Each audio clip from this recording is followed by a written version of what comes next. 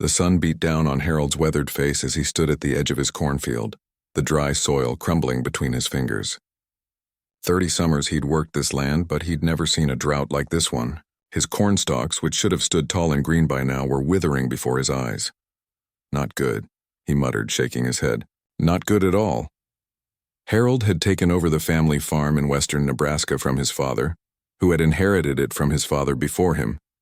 The Winters family had worked this land for generations, weathering dust storms, recessions, and countless challenges.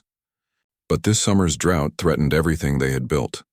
The creek that ran along the western edge of his property, the lifeblood of his irrigation system, had dried up completely.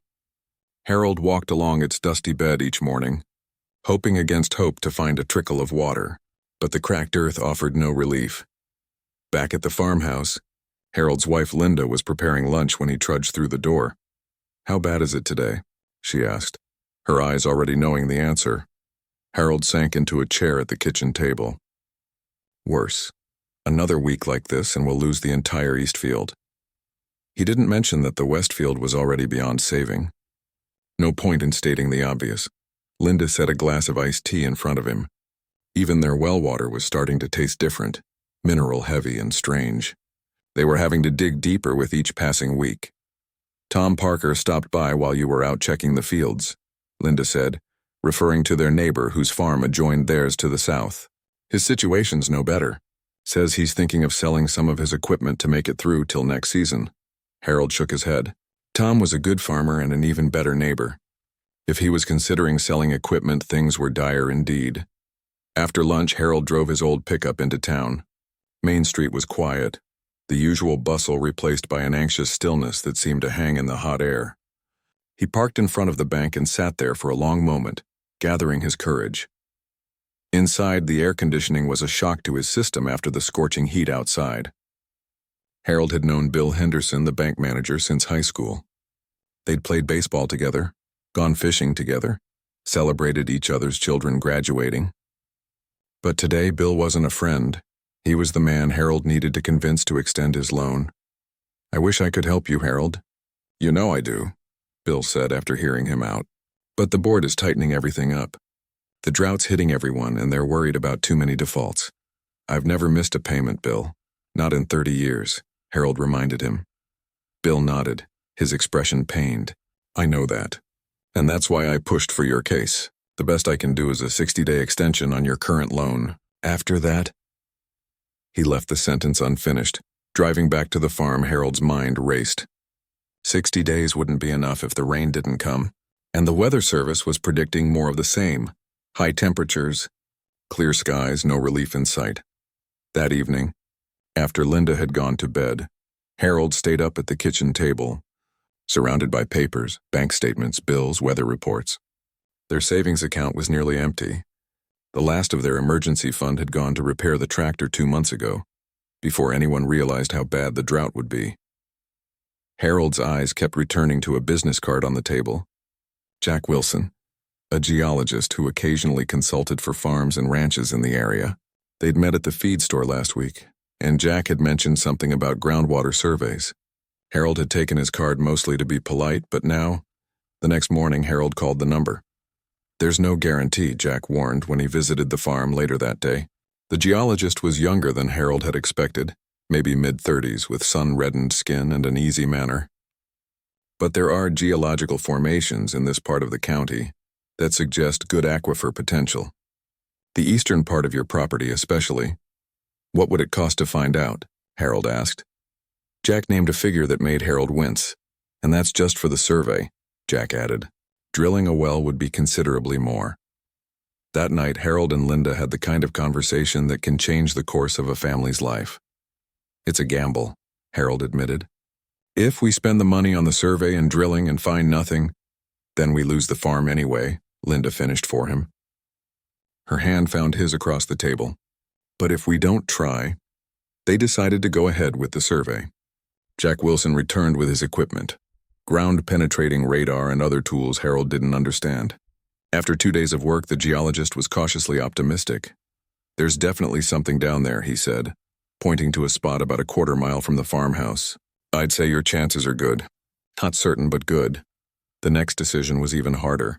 Drilling a well would cost most of what they had left. If it failed, they wouldn't even have enough to keep the lights on through fall. Word got around, as it always did in small communities. Neighbors stopped by, some offering encouragement, others barely hiding their skepticism. "You're throwing good money after bad," said Pete Johnson, whose family had been rivals with the Winters for as long as anyone could remember. "That land's done. Best cut your losses now." Others were kinder, but the doubt in their eyes told Harold what they really thought. Even Tom Parker, who'd always stood by him, seemed uncertain. "I hope it works out, Harold." "I really do," he said before leaving. "But make sure you've got a backup plan." The drilling company arrived on a Tuesday. The massive rig looked out of place on the quiet farm, its industrial presence at odds with the faded red barn and weathered farmhouse. The foreman, a burly man named Frank, had drilled wells throughout the county for 20 years. "We'll go down as far as needed," Frank promised. "If there's water to be found, we'll find it." The first day of drilling brought nothing but dry soil and disappointment. The second day was the same. By the third day, even Frank's confidence was wavering. "Sometimes these things are deeper than the surveys suggest," he explained as they reached the estimated depth with no sign of water. "We can keep going, but—" Harold looked at the dusty fields surrounding them, at the farm that had been his family's life for generations. He thought about Linda, who had stood by him through every hardship without complaint. He thought about his children, who had moved away to cities where droughts didn't threaten to take everything you owned. "Keep going," Harold said firmly, "as deep as it takes." That night, Harold couldn't sleep. The sound of the drill had stopped for the day, but it echoed in his mind. Outside, the stars shone brilliantly in the clear. Dry sky, beautiful but offering no promise of rain. Linda found him on the porch swing at dawn. "You didn't come to bed," she said, handing him a cup of coffee. "Couldn't sleep," he admitted. She sat beside him, her presence comforting in the early morning quiet. "Whatever happens today, Harold, we'll face it together. We always have." The drilling resumed at 7. Harold couldn't bring himself to watch, instead busying himself with repairs to the barn door that had been put off too long. Around midday, he heard shouting from the direction of the drill site. Heart pounding, Harold dropped his tools and ran. Had something gone wrong? Had someone been hurt? As he approached, he saw Frank waving him over excitedly. The other workers were gathered around the drill, their faces split with grins. "We hit something," Frank called out as Harold reached them. "But it's not what we expected." Harold's heart sank. "Not water. After everything, not water. What is it then?" he asked, preparing himself for the worst. Frank pointed down at the hole they'd drilled. "The drill bit broke through something hard. We thought it was bedrock at first, but it's not." The foreman's eyes were wide with excitement. "Harold, I think you'd better call that geologist friend of yours back out here. There's something down there, all right. But it sure as hell isn't just water." Harold peered into the darkness of the hole, unable to see what had caused such excitement. Whatever lay beneath his parched fields, he knew in that moment that his farm story was far from over. It was perhaps just beginning. Harold stood at the edge of the drill site, his heart racing as Frank and the crew carefully worked to widen the hole. The excitement among the workers was palpable, their earlier weariness replaced by energetic purpose. "Careful now," Frank instructed his men. "We don't want to damage whatever's down there." Harold had already called Jack Wilson, who promised to arrive within the hour. Linda stood beside her husband, her hand gripping his arm tightly. "What do you think it is?" she whispered. Harold shook his head. "I have no idea. But Frank seems to think it's important." The drilling team had switched to hand tools now, working with brushes and smaller implements around the edges of their discovery. One of the younger workers, a man named Ben, looked up from the hole with wide eyes. "Sir, I think it's bone. A really big bone." A small crowd had begun to gather. Word traveled fast in their small community, and neighbors arrived in pickup trucks and on foot, drawn by rumors of a strange discovery at the Winters farm. Tom Parker was among the first to arrive, his dusty truck skidding to a stop beside Harold's. "Heard you found something," Tom said, approaching Harold with a mix of curiosity and concern. "What is it?" "We're not sure yet," Harold replied honestly. "They think it might be some kind of bone." As the afternoon wore on, more of the mysterious object was uncovered. It was indeed bone, a massive piece of what looked like a jaw or rib, curved and fossilized, unlike anything Harold had seen before. Jack Wilson arrived just before sunset. his truck loaded with additional equipment. The geologist's expression changed from professional curiosity to stunned disbelief as he examined what the crew had uncovered. "Harold," he said, his voice hushed with awe, "I think you found something extraordinary." He ran his hand along the exposed edge of the bone. "This isn't just any fossil. The size and characteristics, this could be a marine reptile. A mosasaur, maybe?" "A what?" Harold asked, the unfamiliar word strange on his tongue. "A mosasaur. Think of it as a massive sea lizard that lived during the Cretaceous period. Around 70 million years ago, this entire region was covered by a shallow sea." Jack's eyes gleamed with excitement. "If I'm right, this could be a significant scientific discovery." By nightfall, the news had spread beyond their small town.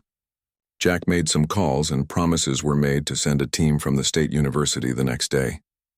Harold found himself in the strange position of having to post neighbors at the drill site overnight, not to keep people out, but to protect whatever lay beneath his fields from overeager visitors. Back at the house, Harold and Linda sat at the kitchen table, trying to make sense of the day's events. "So instead of water, we found a prehistoric sea monster," Linda said, a hint of disbelief in her voice. Harold rubbed his tired eyes. "Seems that way. What does this mean for us, for the farm?" She asked the question that had been gnawing at Harold all evening. "I don't know," he admitted. "It doesn't solve our water problem." They were interrupted by a knock at the door. Bill Henderson, the bank manager, stood on their porch looking somewhat embarrassed. "Heard about your discovery," Bill said, stepping inside when Harold invited him in. "Whole town's talking about it." Harold nodded. "It's been quite a day." Bill shifted uncomfortably. "Look, Harold, I wanted to talk to you about your loan situation. The bank board had an emergency meeting this afternoon after news got out. They've authorized me to offer you a 6-month extension, interest-only payments." Harold stared at him. "Just like that?" "This morning you could barely give me 60 days. Bill had the grace to look ashamed. "Things have changed. This discovery, it could bring attention to the whole county. The board feels it's in everyone's best interest to ensure you can stay on your land while this plays out." After Bill left, Harold sat on the porch, watching the lights of vehicles still arriving at the dig site despite the late hour. "They're not doing this for us," he told Linda, as she brought him a glass of their rationed water. "They're doing it because they think there's something to gain." "Does it matter?" she asked tragically. "It buys us time." Harold didn't sleep that night. His mind was too full of contradictions. Relief at the temporary reprieve from financial ruin, worry about the farm's future, and bewilderment at the prehistoric creature buried beneath his dying crops. The next morning brought a flurry of activity. A team from the state university arrived before breakfast. 4 enthusiastic paleontologists led by Dr. Eleanor Chen, a woman whose quiet authority immediately impressed Harold. "Mr. Winters," she said, shaking his hand firmly, "thank you for contacting us. From what we've been told, you may have made an extraordinary discovery." The university team brought proper excavation equipment, setting up a more organized operation around the drill site. Local news reporters arrived soon after, and Harold found himself awkwardly answering questions with cameras pointed at his weathered face. "How does it feel to have discovered a prehistoric creature on your property?" a young reporter asked. Harold shrugged. "Honestly, I was just looking for water for my crops." By mid-afternoon, Dr. Chen confirmed Jack Wilson's initial assessment. "It's definitely a mosasaur," she told Harold, her excitement barely contained. "And from what we can tell, it's remarkably well preserved. We've only exposed a small portion, but the fossil appears to be largely intact." "What happens now?" Harold asked. "With your permission, we'd like to conduct a proper excavation," she replied. "The university can provide funding and personnel. This could be a significant scientific find, Mr. Winters." Harold looked out at his parched fields. "And what about my farm? My crops need water, not paleontologists." Dr. Chen's expression softened with understanding. "I can't promise anything, but these excavations sometimes reveal unexpected benefits. There's a chance we might find that aquifer you were looking for originally."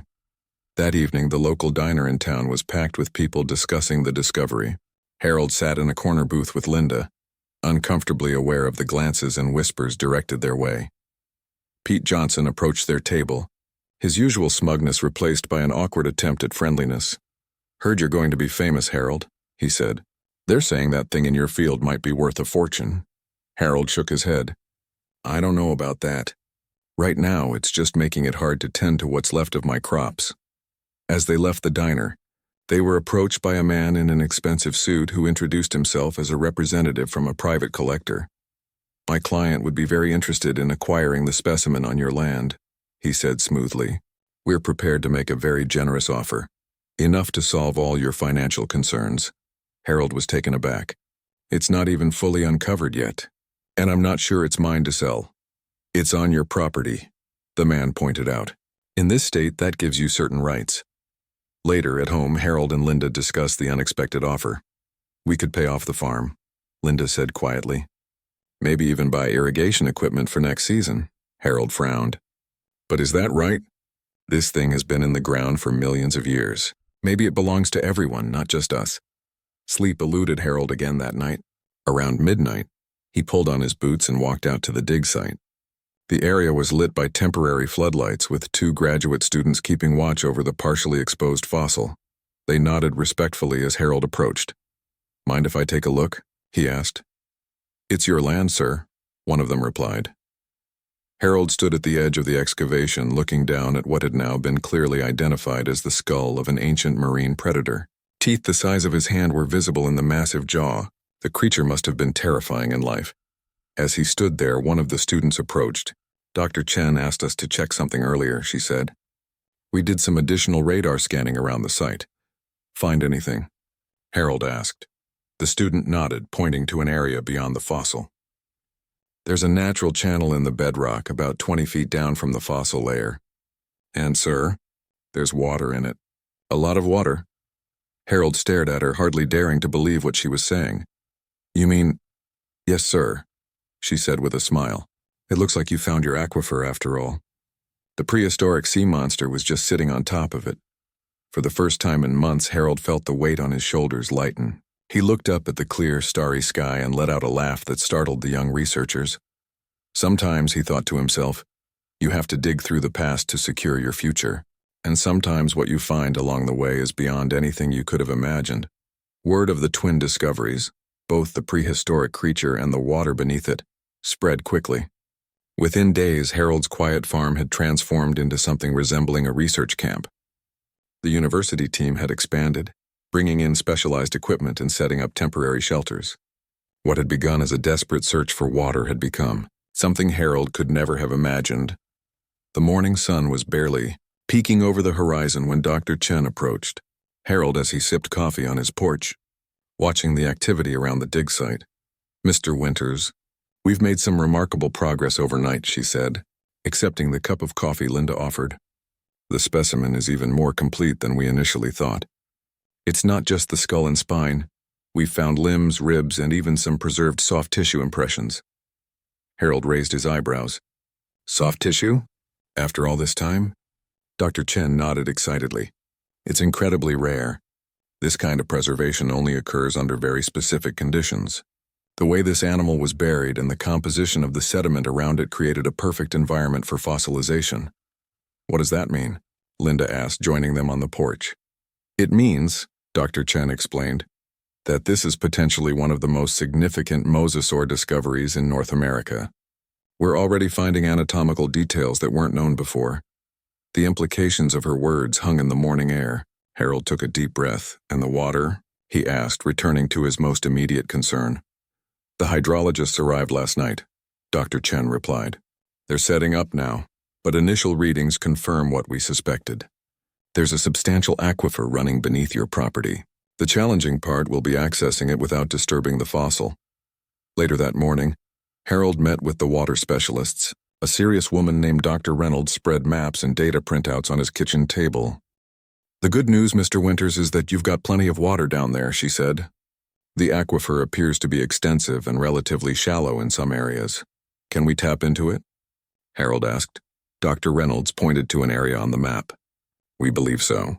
If we drill here about 200 yards east of the fossil site, we should be able to reach the water without disturbing the excavation." Harold felt a surge of hope. "How soon can we start?" "That's where things get complicated," Dr. Reynolds replied, glancing toward the window where they could see university vehicles and equipment. "Normally we could begin right away, but given the scientific importance of the site There are permits and approvals needed. The university wants to ensure the entire area is properly surveyed before any drilling takes place. Harold's hope dimmed. My crops won't wait for permits and surveys. Before Dr. Reynolds could respond, they were interrupted by a knock at the door. A well-dressed man introduced himself as Thomas Blackwood from the State Historical Society. "Mr. Winters," he said solemnly after being invited in, "I need to discuss the legal status of your discovery." The conversation that followed left Harold's head spinning. According to Blackwood, the historical significance of the fossil might trigger certain state regulations. There were questions about ownership, preservation responsibilities, and potential restrictions on land use. "Are you saying I can't access the water under my own land?" Harold asked, his voice rising. "Not exactly," Blackwood replied cautiously, "but there may need to be a formal review process before any drilling is approved." After Blackwood left, Harold walked out to his fields alone. The corn was beyond saving now, the stalks brown and brittle in the relentless sun. He ran his fingers over the dead leaves, feeling the crisp edges crumble at his touch. This was the reality he couldn't escape. While experts debated fossils and regulations, his livelihood continued to wither. When he returned to the house, he found Linda speaking with Tom Parker. His neighbor looked uncomfortable. "Harold, I think you should know," Tom said hesitantly. "There's talk in town about filing a petition. Some folks are saying your discovery should be declared a public heritage site." "What?" Harold's fatigue gave way to anger. "Who's behind this?" Tom looked away. "Pete Johnson, for one, and some of the business owners in town. They're thinking about tourism, creating a local attraction." "On my land? Without my say-so?" Harold's voice was dangerously quiet. Tom had the decency to look embarrassed. "I just thought you should know." After Tom left, Harold and Linda sat in silence for a long moment. "What are we going to do?" Linda finally asked. Harold shook his head.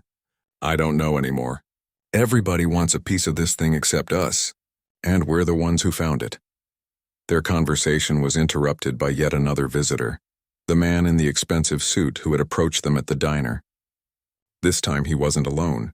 A tall woman with silver hair accompanied him, introducing herself as Catherine Walsh. "Mr. Winters," she said, her voice cultured and confident. "I represent a private natural history museum in Chicago. We're prepared to make you an offer for the specimen on your property." Harold eyed her warily. "I've been told there are legal questions about ownership."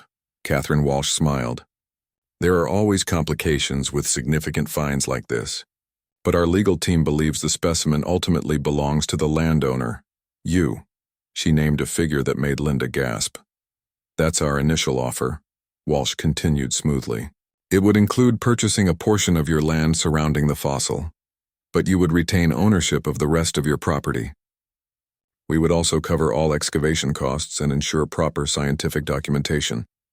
After they left, promising to return the next day for an answer, Harold and Linda sat at the kitchen table, the business card with the enormous figure written on the back between them. "That's enough to pay off the farm," Linda said quietly. "Enough to install irrigation systems and still have plenty left over." Harold nodded slowly. "But what about the university team? Dr. Chen said this could be an important scientific discovery." "They're not offering to pay us," Linda pointed out, "and there's no guarantee they'll let us drill for the water we need." Harold stood and walked to the window.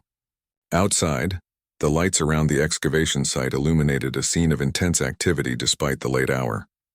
He could see Dr. Chen directing her team, her enthusiasm visible even from a distance. That night, Harold couldn't sleep. Around midnight, he pulled on his clothes and walked out to the dig site again. The night shift of students greeted him with friendly nods. Used to his nocturnal visits by now, Dr. Chen was still there, carefully cleaning a section of fossil with a small brush. "You work late," Harold commented, squatting down beside her. She looked up with tired eyes but smiled. "Some things can't be rushed. This fellow has waited 70 million years to be discovered. I think he deserves our best care." Harold watched her work in silence for a while. "What happens to him?" "After you dig him up, I mean." Dr. Chen sat back on her heels. "Ideally, he'd go to a museum or research institution where scientists can study him, and the public can appreciate him. These creatures tell us so much about Earth's past. They belong to all of us in a way. I've been offered a lot of money to sell him to a private museum," Harold said bluntly. Dr. Chen's hands stilled. "I see," she said after a moment. I won't pretend that doesn't happen. And I won't tell you what decision to make. It's your land, but, Harold prompted. But, she continued, looking directly at him, discoveries like this are incredibly rare. Once they disappear into private collections, the scientific community often loses access. Knowledge that might have been gained is lost. She pointed to a section of the fossil. See these markings here? We think they might be evidence of healing after an injury. This creature survived something that should have killed it. That tells us something about its physiology, its resilience.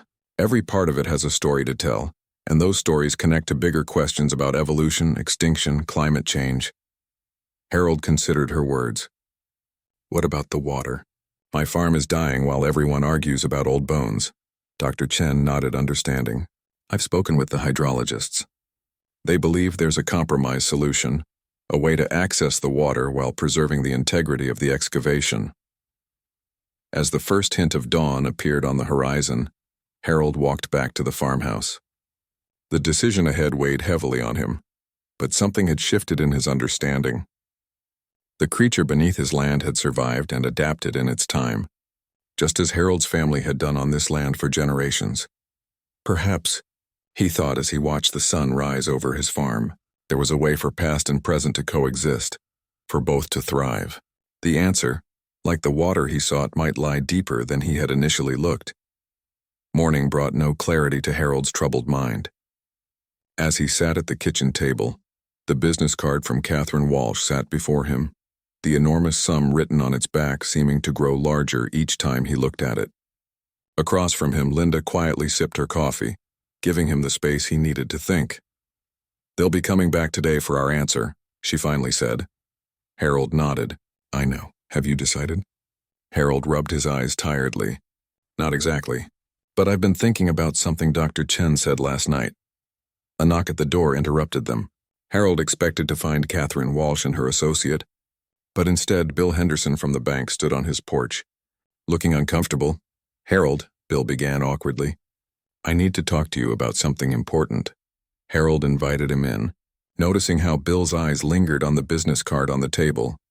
The bank board had another meeting yesterday, Bill said after declining Linda's offer of coffee. There's been some pressure from certain community members. Let me guess, Harold said dryly. Pete Johnson? Bill nodded reluctantly. Him and some others. They've been talking to the county commissioners about declaring your discovery a public resource. If that happens, the terms of our loan extension might need to be reconsidered. Harold stared at him in disbelief. You're threatening to call in my loan if I don't go along with their plans for my land? Bill had the grace to look ashamed. It's not me, Harold. It's the board. They're saying the community interest outweighs individual property rights in this case. After Bill left, Harold paced the kitchen floor, his anger building. They're trying to force our hand, Linda said, watching him with concern. First, they wouldn't help us. Now that we've found something valuable, suddenly everyone has an opinion about what we should do with it. Harold's response was cut short by the arrival of Dr. Chen. The paleontologist looked excited, barely able to contain herself as she entered the kitchen. Mr. Winters, she said breathlessly, we've made an extraordinary discovery this morning. Part of the specimen has what appears to be stomach contents preserved. We can actually see what this creature ate in its final days. This is incredibly rare. Despite his troubled mood, Harold couldn't help but be affected by her enthusiasm. That's remarkable, he admitted. There's more, Dr. Chen continued. Dr. Reynolds and I have been working on a proposal. We believe we've found a way to access your aquifer without compromising the fossil site. She spread a map across the table, pointing to an area at the eastern edge of Harold's property. If we drill here, we can tap into the water while keeping a safe distance from the excavation. The university is prepared to fund the drilling as part of our research budget. Harold studied the map. How soon? We could begin within a week once the proper permits are secured, Dr. Chen replied. And who would own the well? Harold asked bluntly. You would, of course, Dr. Chen said, looking surprised. It's on your land. We're just offering to cover the costs of installation as a gesture of goodwill for your cooperation with the excavation. Harold felt a small weight lift from his shoulders. That's very generous. Not at all, Dr. Chen smiled. It's actually in our interest, too.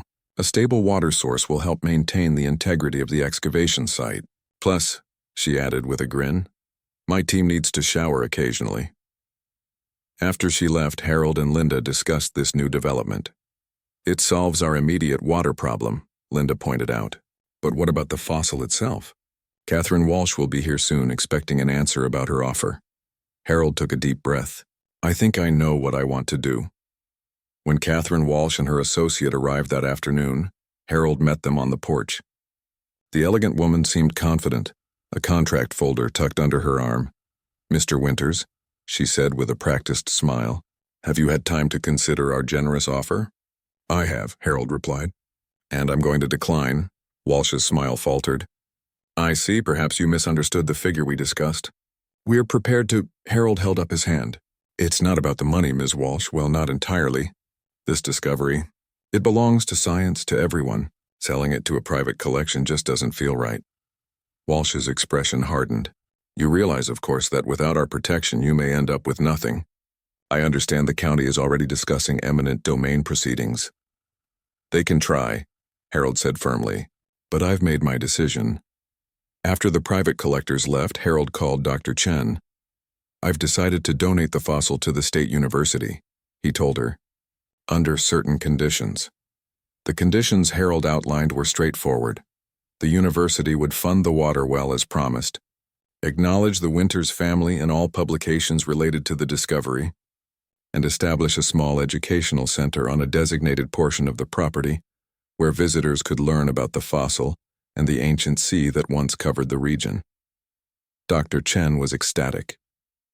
The university will certainly agree to these terms. This is a wonderful outcome, Mr. Winters. Not everyone shared her enthusiasm. That evening, Pete Johnson and several other local business owners confronted Harold outside the general store. You're making a big mistake, Winters, Pete said angrily. That thing could have put our town on the map. A proper tourist attraction would have brought money to everyone. It still might, Harold replied calmly. Just not the way you planned. The university's educational center will bring visitors, and they'll need places to stay and eat. Pete scoffed. A few college kids and science nerds. That's nothing compared to what a commercial attraction would bring. As the confrontation grew heated, Tom Parker unexpectedly stepped in. That's enough, Pete.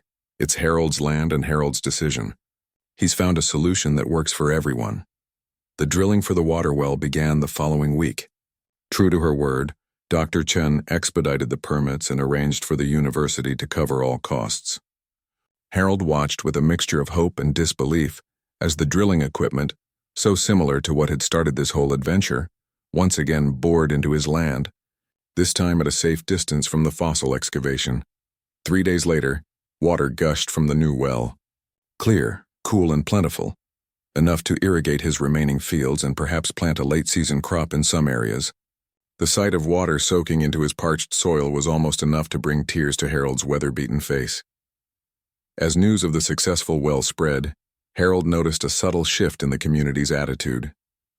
Those who had been quick to demand control of his discovery now spoke of their pride in their mosasaur. Local school children began visiting the dig site on field trips, their excited voices bringing new life to the old farm. The fossil itself continued to yield surprises. Each day, Dr. Chen and her team uncovered new details. Evidence of healed injuries, unusual anatomical features, even the remains of ancient fish in what had once been the creature's stomach. The discovery was drawing attention from paleontologists around the country, with several prominent researchers scheduling visits. One evening, about a month after the water well began operating, Harold sat on his porch watching the sunset.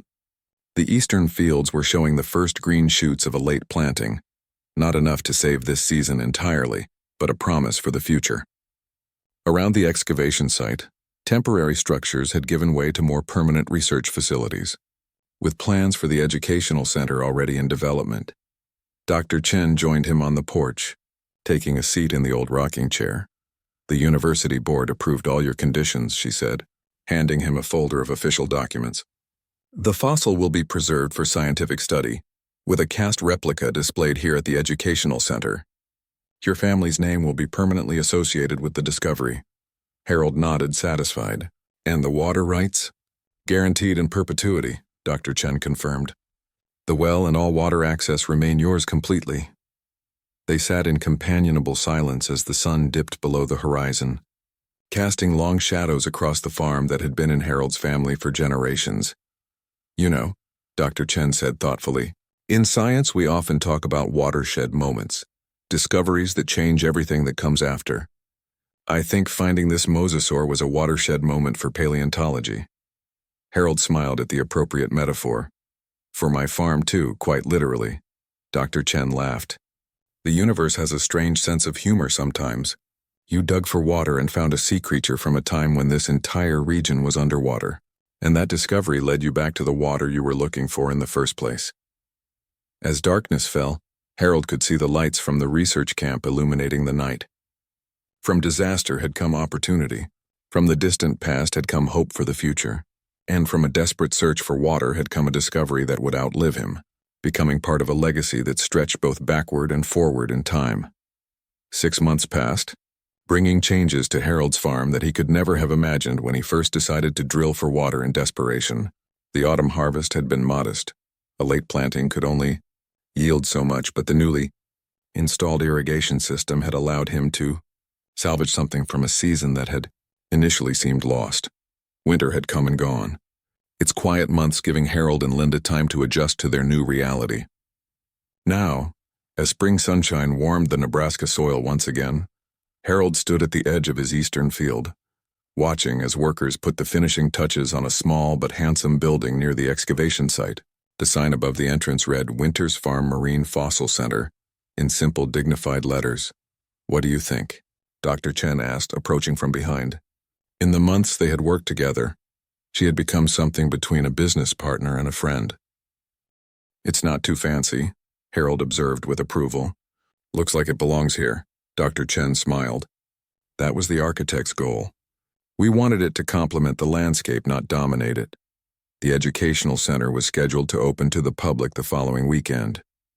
Already local schools had arranged field trips, and the university had fielded inquiries from across the state, from people eager to see what the newspapers had dubbed the Nebraska sea monster. The mosasaur, itself officially named Hinosaurus wintersea in Harold's honor, had been carefully excavated over the winter months. Most of the specimen had been transported to the university for preservation and study, but a complete cast replica would be the centerpiece of the new center, along with interactive displays explaining the ancient sea environment and the significance of the discovery. The governor confirmed he'll be here for the opening, Dr. Chen mentioned as they walked toward the center. And National Geographic is sending a photographer. This is going to put your farm on the scientific map, Harold. Harold nodded, still sometimes overwhelmed by the attention, as long as they don't mind that I'll be planting corn while they're taking pictures. Spring waits for no man, governor or not. Inside the center, exhibits were being installed by university staff. A local high school teacher, Mrs. Patterson, was training as a part-time guide, the first of several local jobs created by the center. Harold, she called, waving him over. Come look at this display about your family farm. We want to make sure we got all the details right. The display traced the history of the Winters farm through generations, culminating in the dramatic discovery of the previous summer. Harold was surprised to see old family photos he had shared with the researchers incorporated into the exhibit. My father would never have believed this, he said softly, looking at a picture of his dad standing proudly beside the first tractor the family had owned. He always said this land had secrets. Guess he was righter than he knew. Later that afternoon, Harold drove into town for supplies. The difference in how people greeted him was subtle but unmistakable. Pete Johnson, who had been so angry about Harold's decision, gave him a grudging nod from outside his hardware store. The store now had a new window display advertising fossil hunter children's toys and ancient sea bottled water. Pete never missed a business opportunity. At the diner, Harold found himself approached by strangers, a young couple who introduced themselves as amateur fossil enthusiasts from Kansas City. We came early for the center opening, the husband explained excitedly. Is it true you found the fossil while drilling for water during the drought? Harold found himself telling the story yet again, still somewhat bemused by people's fascination with what had begun as a desperate attempt to save his livelihood. We're staying at the new bed and breakfast, the wife mentioned, the one that just opened last month. The owner said they're already booked solid for the next 3 weekends. The new B&B was Tom Parker's venture, his farmhouse converted to accommodate visitors coming to see the fossil center. He wasn't the only one benefiting from the discovery. The diner had extended its hours, the gas station had added a gift shop, and several local residents had found employment either at the center itself or in businesses serving increased tourism. When Harold returned home, he found Linda sitting with a young woman from the university press office. "We're finalizing the book about the discovery," Linda explained. "They want to include some of our family recipes in the section about farming life. The book, The Sea Beneath the Farm, The Discovery and Significance of Hinosaurus Winter's Eye, would be sold at the center, with a portion of proceeds going to a scholarship fund for local students interested in studying paleontology or agriculture." That evening, Harold and Linda sat on their porch, as they had done almost every evening of their married life. The view, however, had changed.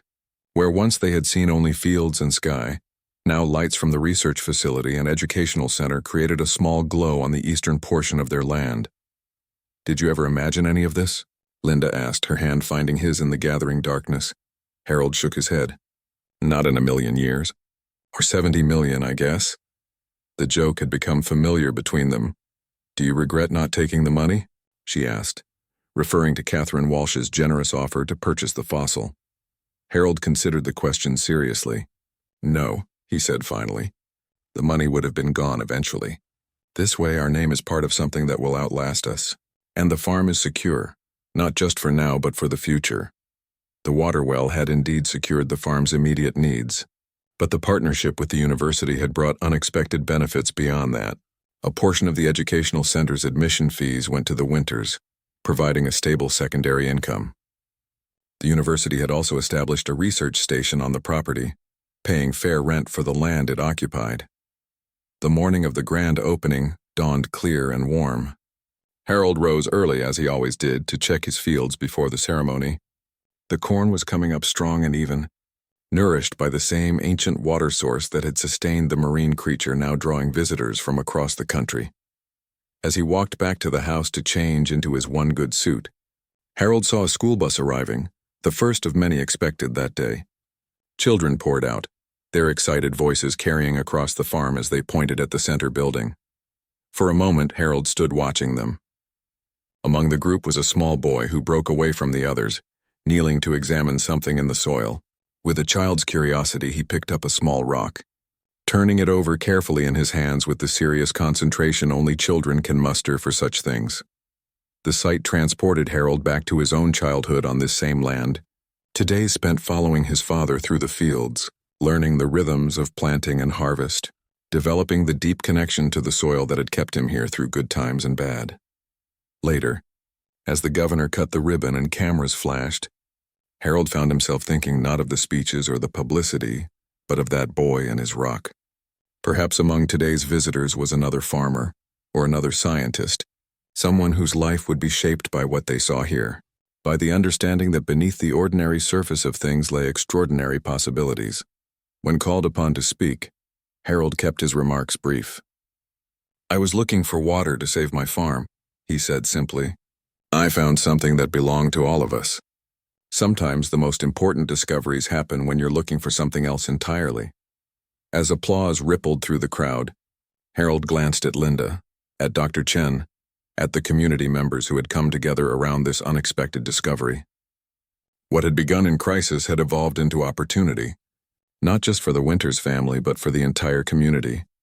That evening, after the visitors had departed and the farm had grown quiet again, Harold walked alone to the edge of his cornfield. The tender green shoots pushed up through soil that had been barren just 1 year ago. Above him, stars appeared in the darkening sky, the same stars that had shone down when the ancient sea creature now bearing his name had swum in waters covering this land. Harold reached down and took a handful of soil, letting it sift through his fingers. Drought had nearly taken this land from him.